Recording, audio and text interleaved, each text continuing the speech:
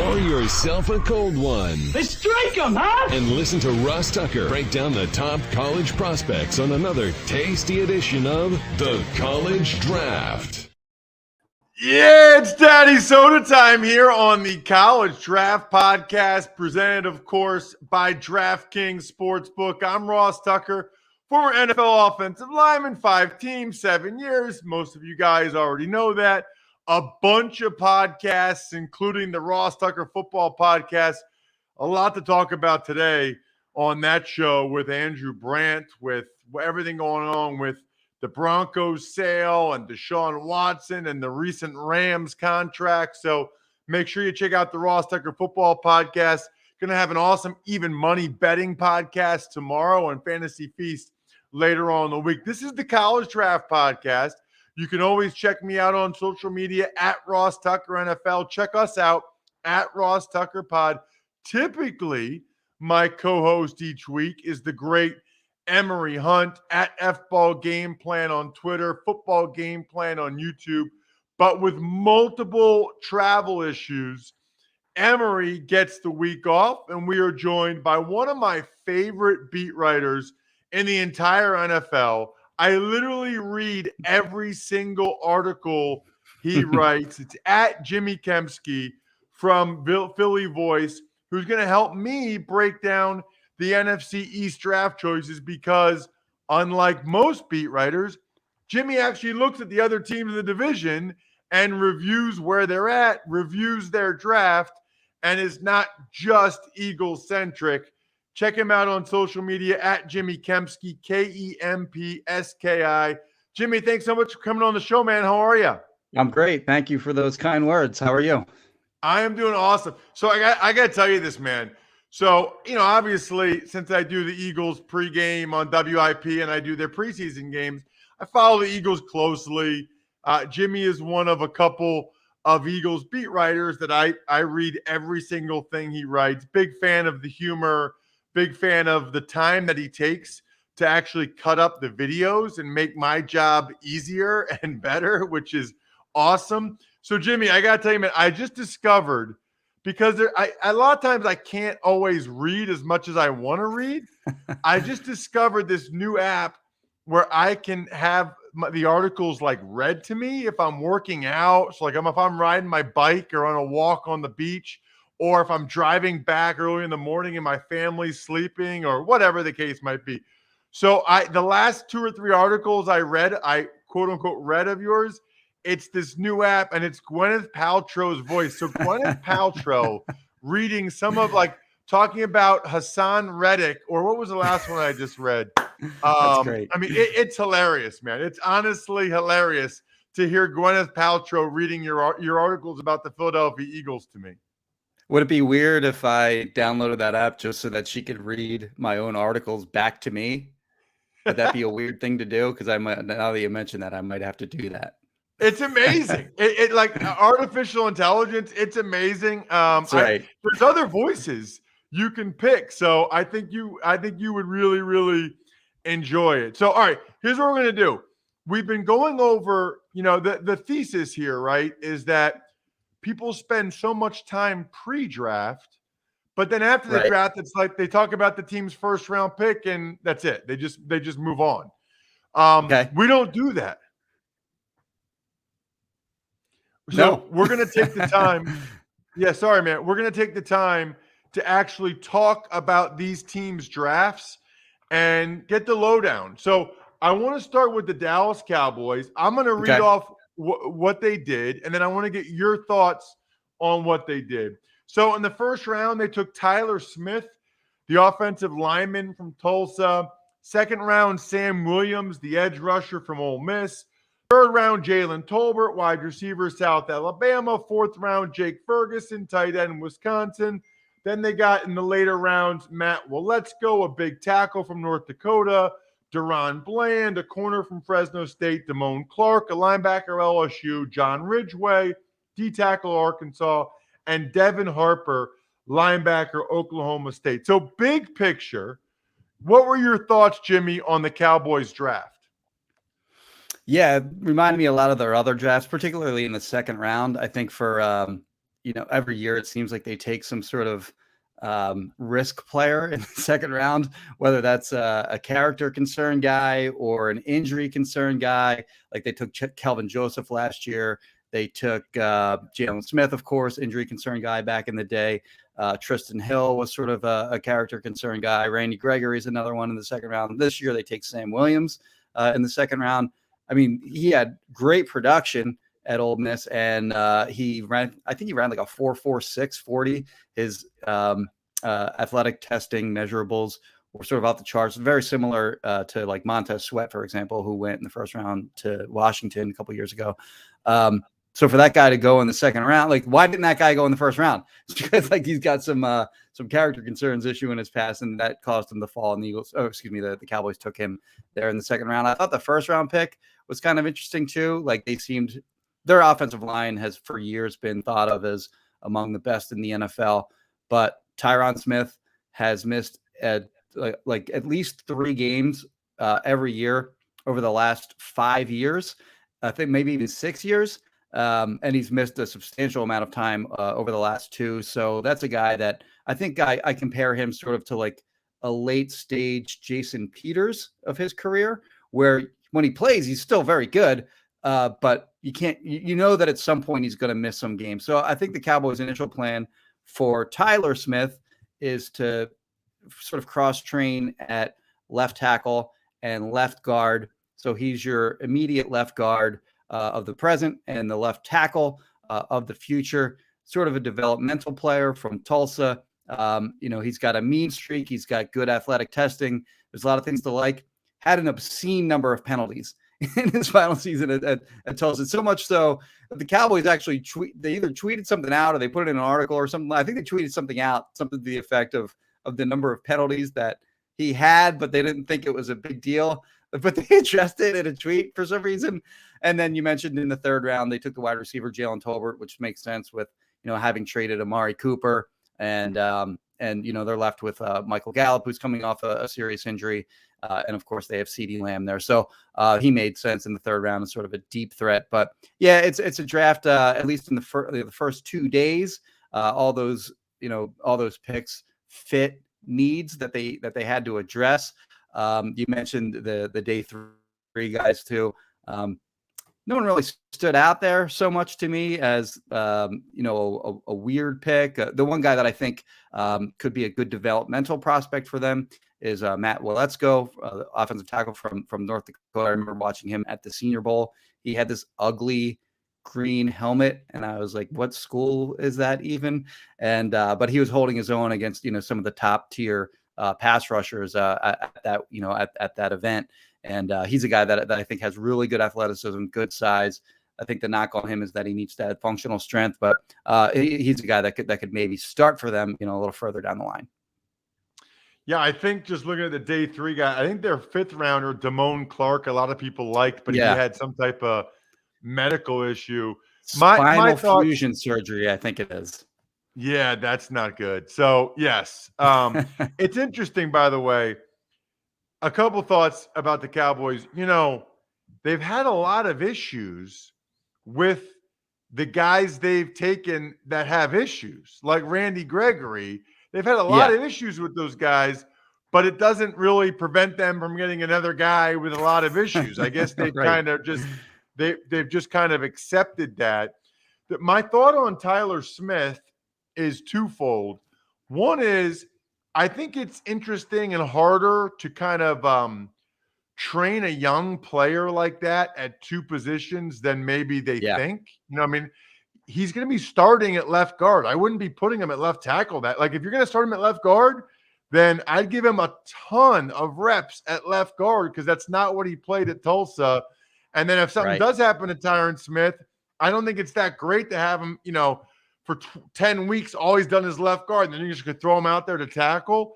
I would say good luck about that. I'd also say, I guess one of my thoughts, Jimmy, and I played for the Cowboys, whatever. Thinking about their O-line and the fact that they are now like drafting the heir apparent to Tyron Smith, I just was sitting there thinking with the O-line they had and the receivers they had for a couple years with Amari Cooper and Gallup and CeeDee Lamb, and Zeke on his rookie contract when they had it, and Dak on his rookie contract when they had it, they got to be up there among teams that have done the least with the most. I mean, they had Yeah.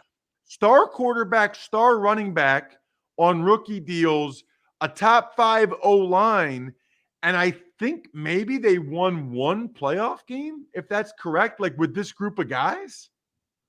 I think that's right. I think they beat the Seahawks in the 2018 playoffs. 2016, they were 13-3. They were the 1 seed. They got beat by the Packers on that. Remember the end of that game, by the way? Not to get off topic here, but that kick by Mason Crosby, it looked like it was going to go like it was going to miss left, and then it corrected itself. And you can see the Cowboys fans like behind the goalpost. They're like, it's going to miss. And then, it's good. Anyway, a little sidebar there. But yeah, you're right. I think it's just one playoff game that they won since that 2016 season when they drafted Dak and Zeke. And those two guys finished 1 and 2 in rookie of the year voting that year. And you're right. Like when you have a quarterback as good as Dak was immediately on his rookie contract they had him on his rookie contract for 4 years because then they franchise tagged him. He played on the tag for a year, and then he wound up costing a lot more than he would have had they got a deal done sooner. So yeah, they're in not in as advantageous a position as they were during that 5-year stretch when they had those guys on much cheaper contracts. So yeah, they're a team that's going to have some challenges ahead for sure on that front. Let's get to the New York Giants. Giants have been roundly praised for their draft, which I always think I don't know. I mean, if they have the 5th and 7th pick, it'd be super weird if people are like, oh, that draft sucked, right? Like, yeah. Of course you're going to say they had a great draft. They got the 2 of the first 7 players, but they got Kayvon Thibodeau and Evan Neal with the 5th and 7th picks overall. In the second round, they got Wan'Dale Robinson from Kentucky, which I thought was really interesting because he's so similar to Kadarius Toney, who they just took in the first round last year. That makes sense, yeah. So that tells you there's something going on there. And then I've never seen a team do this. They drafted both starting guards from the University of North Carolina. They got Cordell Flott, a cornerback from LSU, Bellinger, the tight end from San Diego State, Dane Belton, the safety from Iowa, Micah McFadden, the linebacker from Indiana, and then I don't care about the other guys. Your thoughts, Jimmy, on the Giants draft? Well, I'll say this. I thought what they did at 5 and 7 was smart because their number one priority heading into this draft was, of course, going to be fortifying that offensive line, which has just been atrocious over however long it's been. It's just been their O-line has just kind of been devastating to them for quite a while. And I would imagine they probably had Evan Neal rated ahead of Kayvon Thibodeau on their own board, just based on, need and the quality of the player or whatever. But they did the smart thing because at 5, Kayvon Thibodeau, Neal, and Ike Ekwonu were all there. So you're guaranteed at least one of Ekwonu and Neal if you take Thibodeau first. So I think would Dave Gettleman have messed that up in the past? Like, would he have taken the lineman at pick number 5 and then maybe Thibodeau isn't there at 7? So I think they did the right thing by taking Thibodeau first and then being guaranteed either Neal or Ekwonu at 7. So I thought that was smart in the way they did that. But I'm with you. Like, of course, those 2 guys are good picks. And actually, the Cowboys draft board seems to leak every year. And those 2 guys happen to be the top 2 guys on the Cowboys draft board. I don't know how that lines up with the rest of the NFL, but I just thought that was interesting that the Giants got the Cowboys' top 2 players at 5 and 7. But yeah, so I mean, Evan Neal fits a huge need. He can play left side, right side. So he'll almost certainly play right side with Thomas playing, former 4th overall pick playing, staying at left tackle. Thibodeau will immediately play. Obviously, he's a speed rusher. He's going to give them some juice off the edge. You mentioned Wan'Dale Robinson. That's a guy that I hadn't actually watched much of prior to the draft, but after the draft, I started watching, potential quarterbacks in the 2023 draft because I cover the Eagles, of course, and that's going to be sort of on people's minds as Jalen Hurts' season kind of goes on. So I started taking an early look at those guys, and the Kentucky quarterback who's Will Levis. I started watching a little bit of him at Kentucky, and when I was watching him, I was like, "Wow, Wan'Dale Robinson's really good. Like that guy can certainly play, and he'll probably play in the slot for them. And he's got a lot of shake. He's got good hands, good route runner. So he was sort of an under the radar guy that wound up going, top half of the second round. So it'll be interesting to see, the role that he plays immediately in their offense. Because you're right, he does do a lot of the same things, at least offensively. Tony gives you a little bit more maybe as a special teams guy too, but just in the regular offense, I think he gives you a lot of the same things as Tony. And Tony was like missing OTAs and stuff like that, and missing workouts and such. I think that was prior to the draft as opposed to after it. So that was sort of a red flag that they took a player so similar to him. One thing that I thought that was interesting that they did on that Wan'Dale Robinson pick was they traded back from 36 to I think it was like 43. And the players that were available in that 36 to 43 window, I mean, it's a lot of star power there. Like you have guys like Breece Hall, you have the cornerback from Georgia, Booth. There were a lot of players that they passed on to move back from 36 to 43, and they land on Robinson. So I thought that was kind of interesting. You mentioned the two guards from North Carolina. They, of course, had a great rushing offense there. Particularly in 2020 with those two running backs, Javonte Williams and Michael Carter. They've had a great rushing offense there for a long time. Obviously, like I said, offensive line was their biggest priority, clearly, heading into this draft. And in free agency, they signed John Feliciano, center from the Bills. He comes over with Brian Dable. And who's the other guy that they signed? Lewinsky, right? Lewinsky, yes, right, from the Seahawks at one point, and it's been a couple different places, I believe. So they signed those two interior guys. They drafted two interior guys from North Carolina, and they get Evan Neal, of course. But otherwise, I thought a lot of these picks that they made, and you mentioned Cordell Flott too, the cornerback, that obviously fills a need. They know that they were going to be moving on from James Bradbury, one way or the other, whether that was via trade or via release, or they take Cordell Flott. The guys that they passed on there, like Nakobe Dean was one of them that they passed on to take Cordell Flott. They passed on Malik Willis, who would make sense for them with Daniel Jones having, they didn't exercise his fifth-year option. You have another cornerback there in Marcus Jones that I thought was just a phenomenal player for Houston. They thought Flott was better than him, apparently.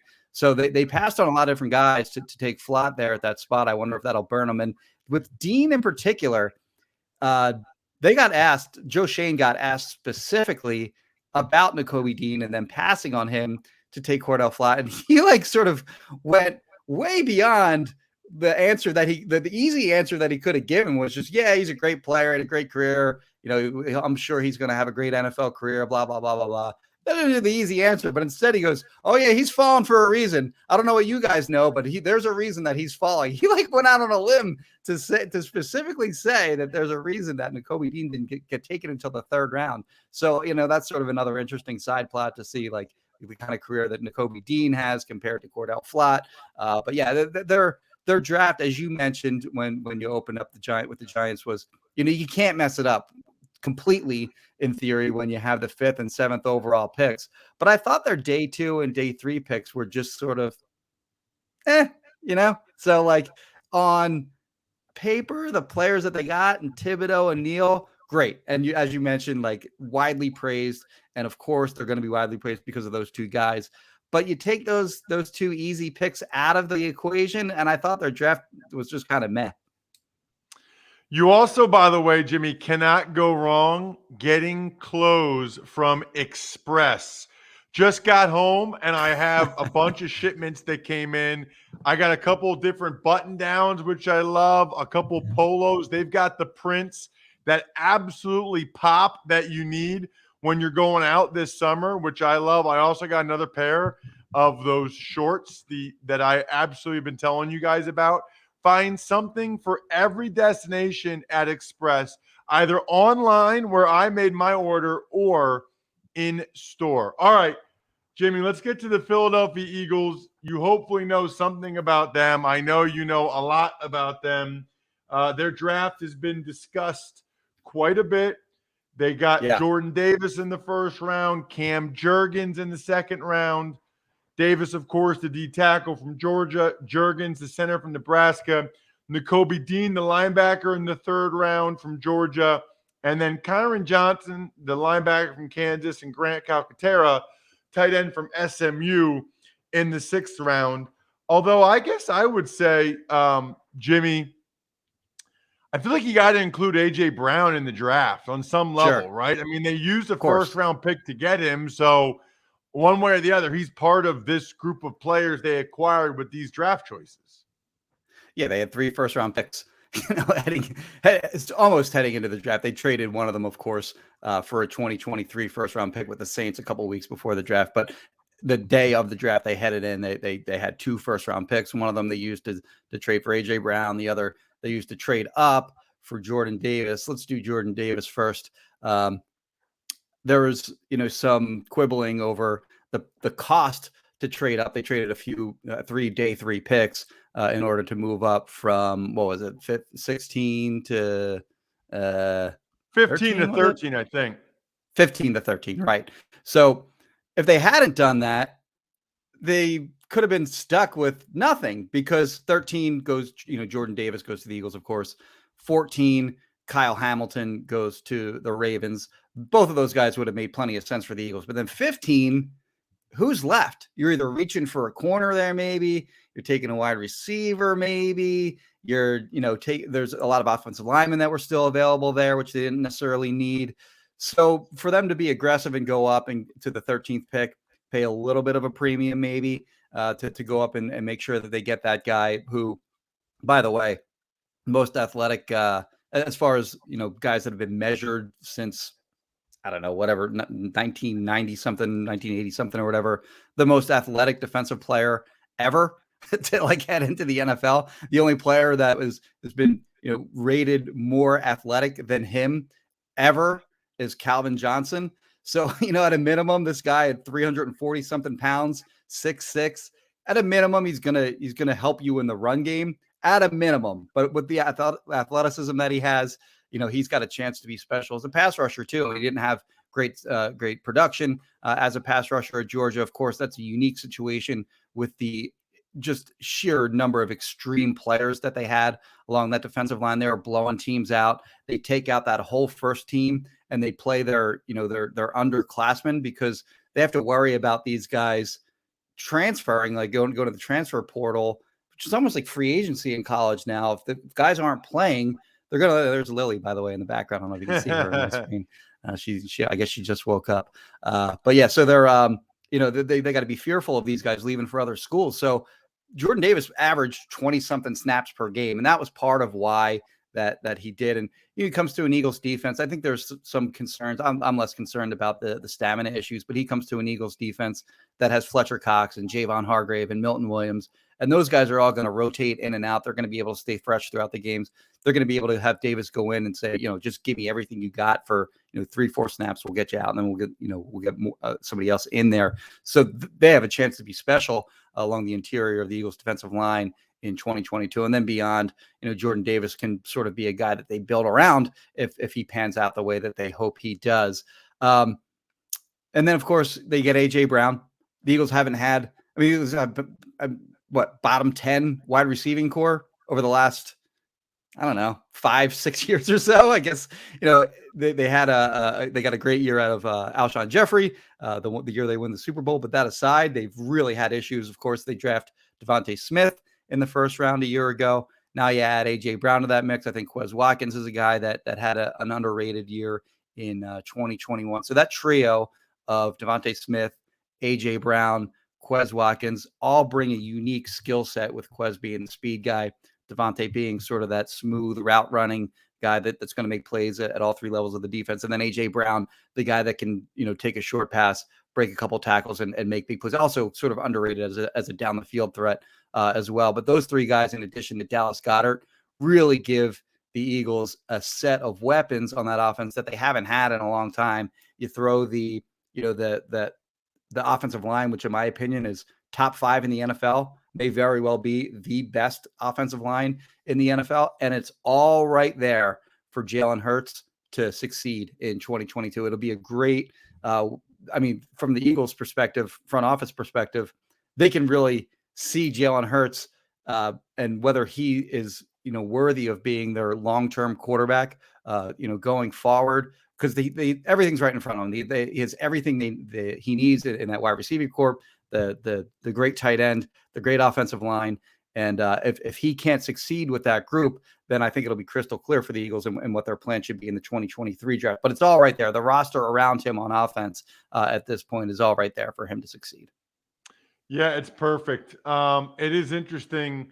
The next 2 picks are the guys I want to focus on with Jurgens.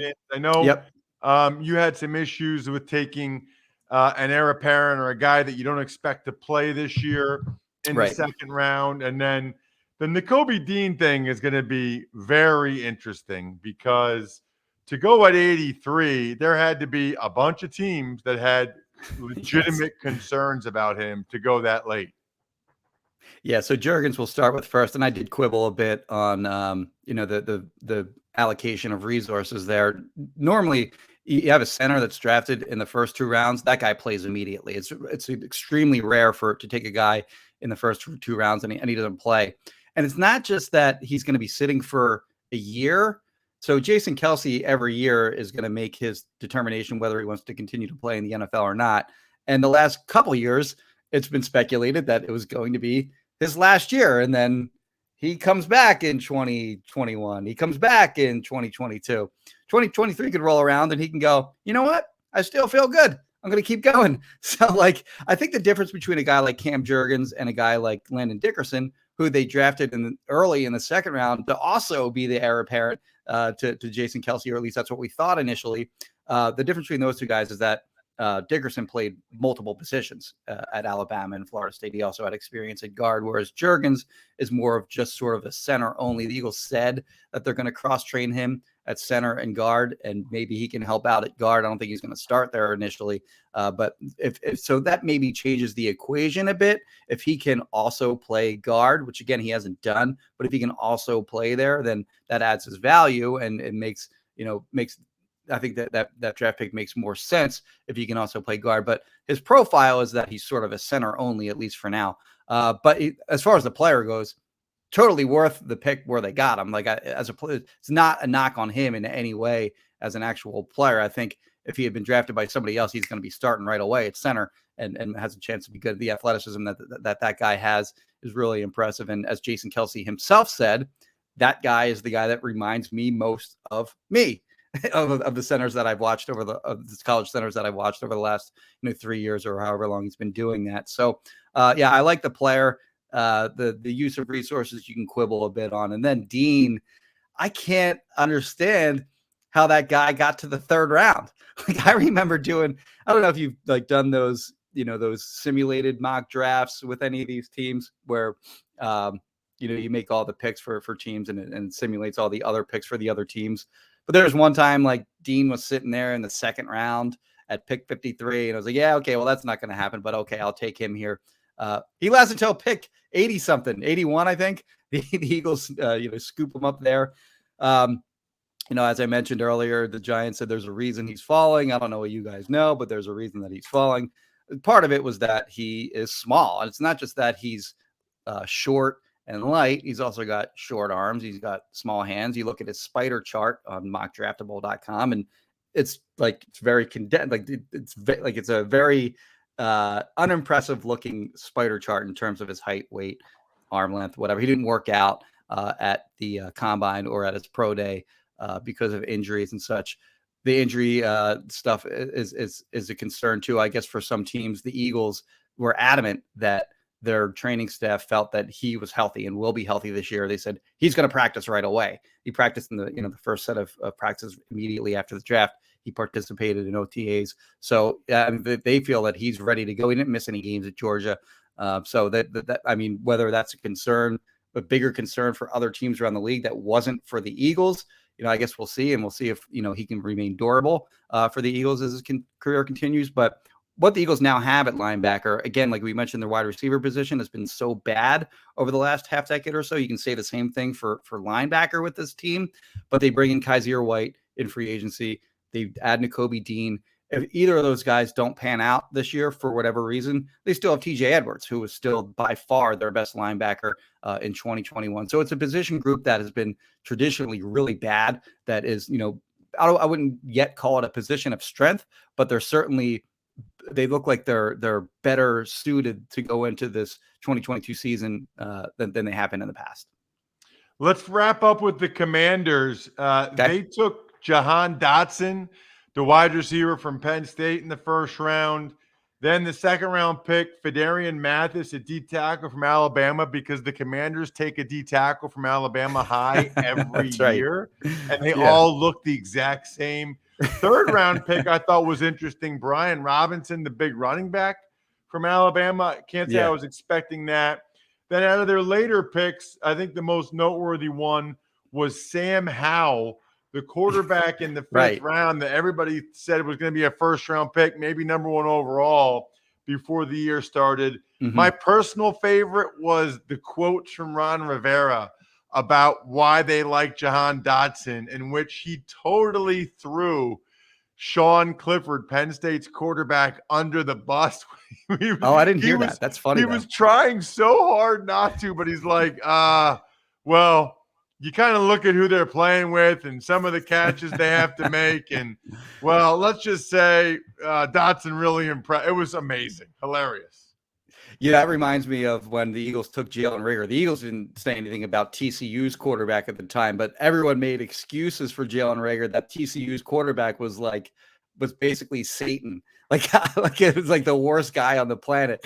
And we found out later that wasn't really why he was not. But whatever. We won't go down that rabbit hole. But it does remind me of that. I hadn't heard those comments from Rivera. But Jahan Dotson, I actually really like him as a player. He was widely regarded as having the best hands of any receiver in this draft. Doesn't have super impressive measurables either in terms of athletic testing or in terms of size. He's a smaller receiver, obviously. As far as his athletic measurables go, he has speed. I think he ran a 4.4 or something like that. But his other testing measurables weren't great. So for him to be taken 16, you can understand why some people thought that was a little bit of a reach. They did originally hold the 11th pick, I think, and they traded back to 16 with the Saints, who completely lost their mind with all the trades that they they made to eventually wind up with Chris Olave. Again, we won't go down that rabbit hole, but the Commanders were without some of their picks this year because of the Carson Wentz trade with Indianapolis. So they got some of those picks back.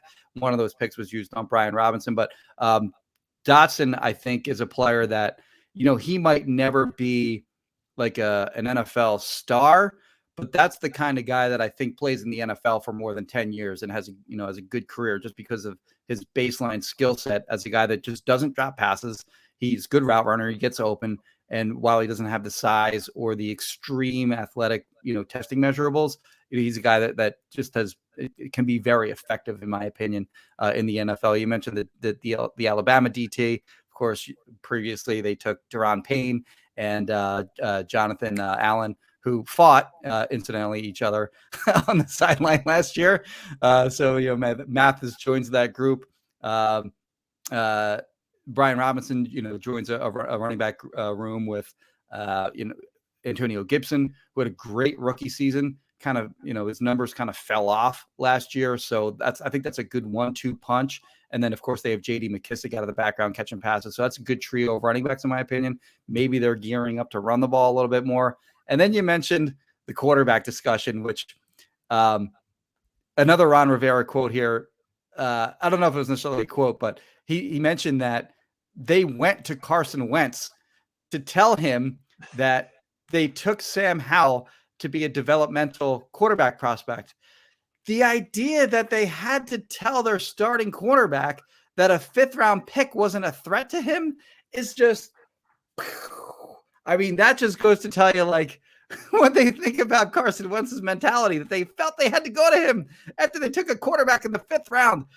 But he's a quarterback that is very intriguing. He started at North Carolina from day one. He had a lot of good skill position players. leave for the NFL in Daz Newsome, in De'Ami Brown. Of course, they lost Javonte Williams and Michael Carter to the NFL.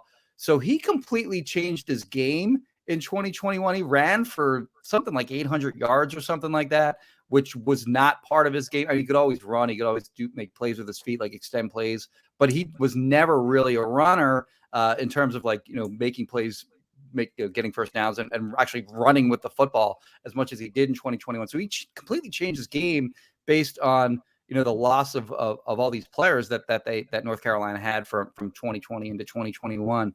I thought it was a steal, honestly, in the 5th round to get him there. He's got as in terms of just skill, he's a lot better than a guy like Taylor Heineke, for example. So, if Carson Wentz for some reason gets hurt or doesn't pan out or whatever, he's a guy that maybe can step in and show something. I don't think he's going to be like a good starter or a good player or anything, anytime soon in the NFL, but I think he's a developmental guy that can eventually maybe compete for a starting job if they just sort of continue to be in quarterback purgatory. But at a minimum, I do think he can be a good backup. But I thought, again, the biggest takeaway for me on that pick was that they felt the need to tell Carson Wentz that it was just a developmental guy and not a threat. Check him out on social media at Jimmy Kempski, Kempski. You know where I'm at Ross Tucker NFL. We are at Ross Tucker Pod. Jimmy, thanks so much for coming on the show, man. Really appreciate it. Yeah, of course, Ross. Happy to be on. Other than that, the keg is kicked. We are all tapped out. Thanks for listening to the College Draft Podcast. Make sure to also subscribe to the Ross Tucker Football Podcast, Fantasy Feast, Even Money, and The Business of Sports. All available at Apple Podcasts, rosstucker.com, or wherever podcasts can be found.